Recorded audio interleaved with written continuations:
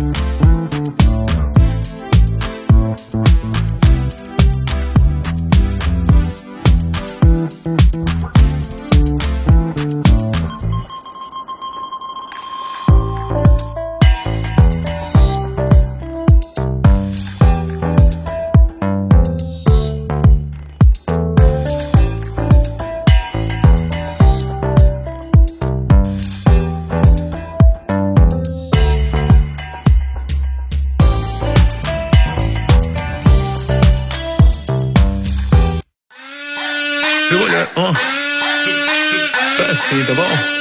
Vamos que senão tudo direitinho assim, ó.